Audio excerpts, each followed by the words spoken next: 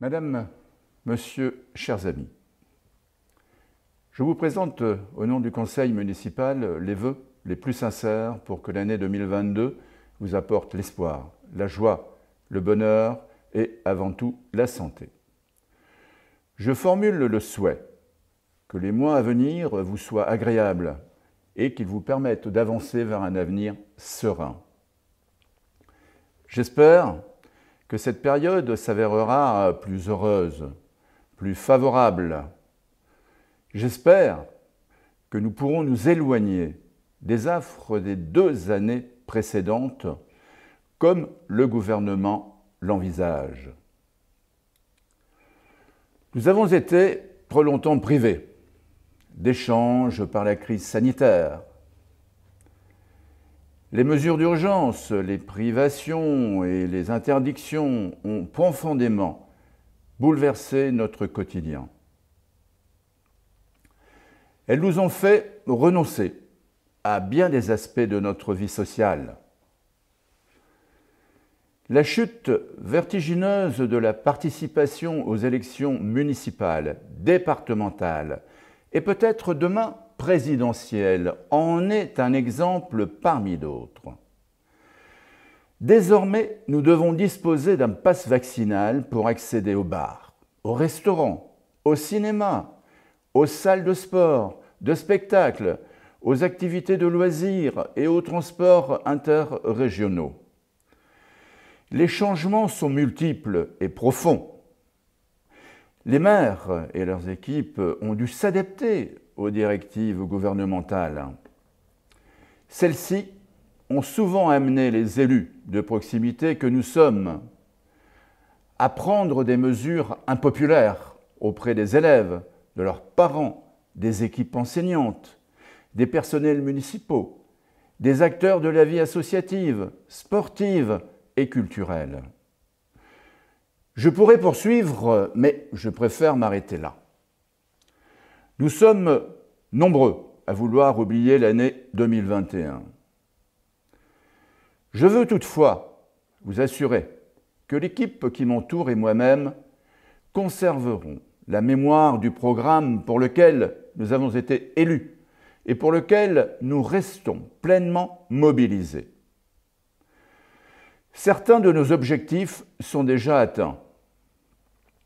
Nous avons donné une nouvelle dynamique à la résidence du parc grâce à l'arrivée d'une nouvelle animatrice, éducatrice sportive, Nathalie, et d'une nouvelle directrice, Camille, qui ont changé la vie des résidents à bien des égards.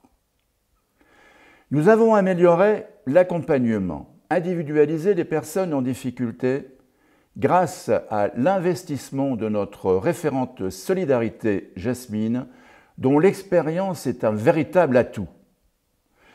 Nous avons initié la renaturation des abords du château d'eau en plantant 4000 arbres et arbustes dont l'achat devrait être financé à 90% par la région dans le cadre du plan 1 million d'arbres en Hauts-de-France.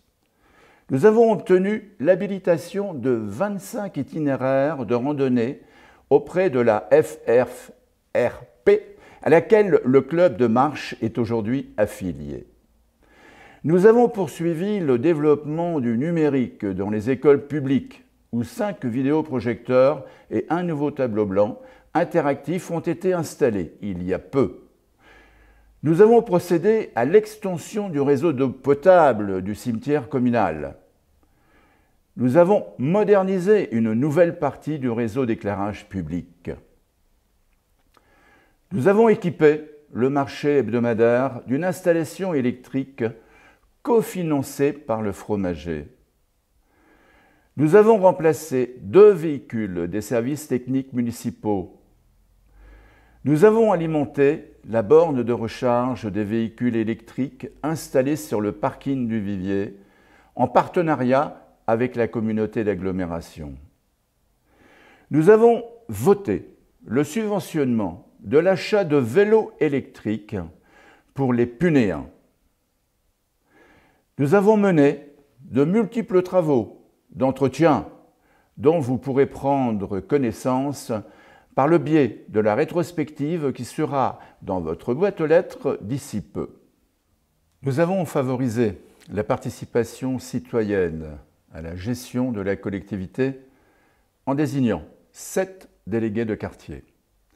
Jean-Luc Caron, Pascal Cossard, Stéphanie Février, Daniel Gallet, Bernard Lacroix, Laurence Lambert et Benoît Moss.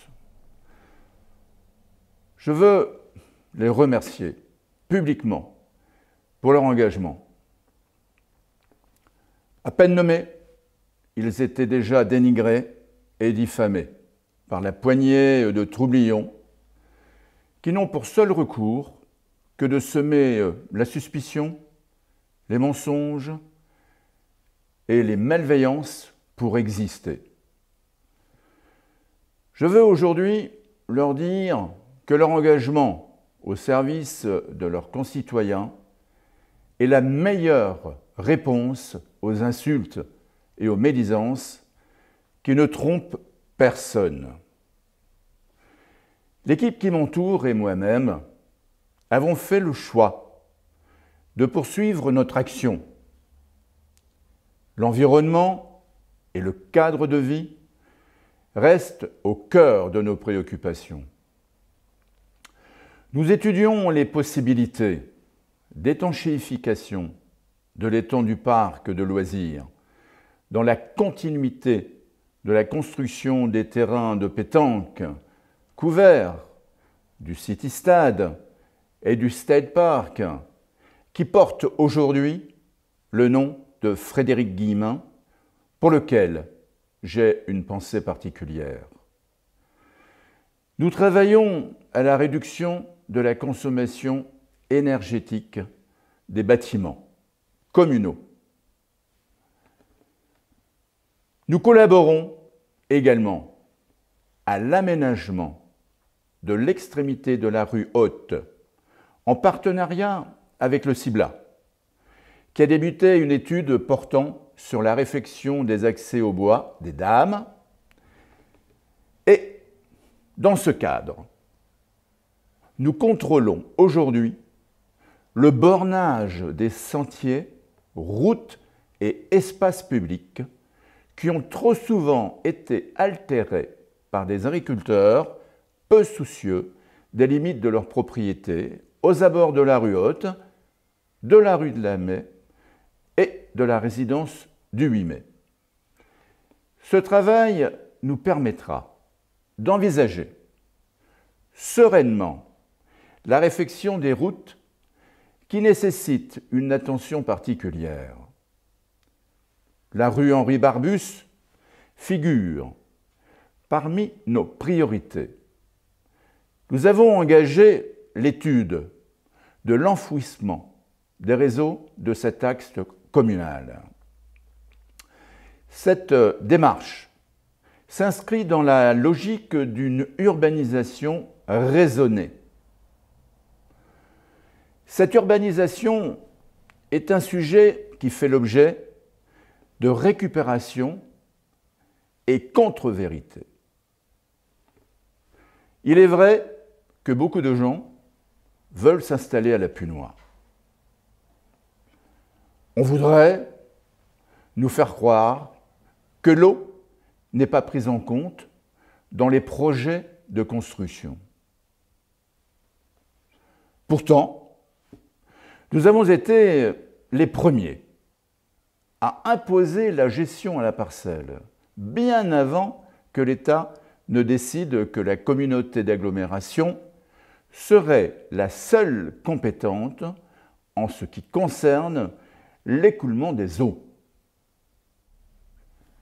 Pourtant, nous continuons à lutter contre le ruissellement par de nouvelles plantations.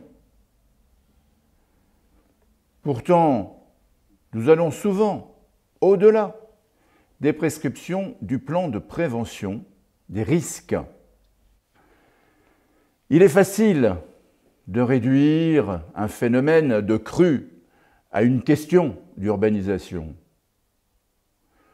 Mais c'est oublier la vitesse phénoménale de la dernière décrue de la Clarence, qui doit interpeller les organismes chargés de la régulation de la rivière en amont et en aval de la Punois. Dans ce domaine, comme dans tous les autres, il convient de faire preuve d'objectivité, de franchise et d'honnêteté intellectuelle. En ce début d'année 2022, je veux vous assurer que l'intérêt général sera le seul à guider les choix de mon équipe, qui travaille au quotidien pour honorer ses engagements et faire en sorte que la Punois reste une commune agréable à vivre. Nous restons à la disposition de chaque Punéen. Nous vous souhaitons une très belle année 2022.